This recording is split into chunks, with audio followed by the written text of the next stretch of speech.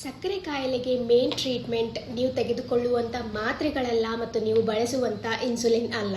ಮಾಂಸಖಂಡಗಳಲ್ಲಿ ಹೆಚ್ಚಾಗಿರುವಂಥ ಸಕ್ಕರೆಯನ್ನು ಖರ್ಚು ಮಾಡೋದು ಅಂದರೆ ವ್ಯಾಯಾಮ ಮಾಡುವುದು.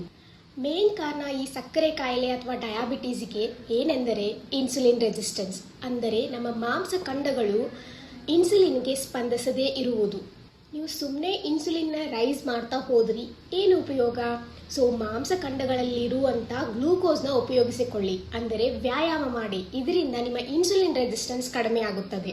ಸೊ ನೀವು ಡಯಾಬಿಟಿಸ್ ಪೇಷಂಟ್ ಆಗಿದ್ದರೆ ಸುಮ್ಮನೆ ಊಟ ಮಾಡಿ ಕುಳಿತುಕೊಳ್ಳೋದ್ರಿಂದ, ಟಿ ವಿ ನೋಡೋದ್ರಿಂದ, ಲ್ಯಾಪ್ಟಾಪ್ ಯೂಸ್ ಮಾಡೋದ್ರಿಂದ ನಿಮ್ಮ ಗ್ಲೂಕೋಸ್ ಖರ್ಚಾಗೋದಿಲ್ಲ.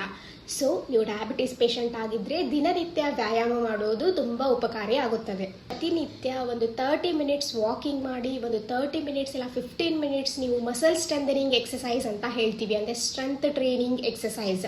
ಅಂದರೆ 1 kg ಇಲ್ಲ 2 kg ಡಂಬಲ್ಸನ್ನು ತೆಗೆದುಕೊಂಡು ನೀವು ಸ್ಟ್ರೆಂತ್ ಟ್ರೈನಿಂಗ್ ಎಕ್ಸಸೈಸ್ ಮಾಡೋದ್ರಿಂದ ಕೂಡ ನಿಮ್ಮ ಬ್ಲಡ್ ಶುಗರ್ ಕಂಟ್ರೋಲಲ್ಲಿ ಬರುತ್ತದೆ.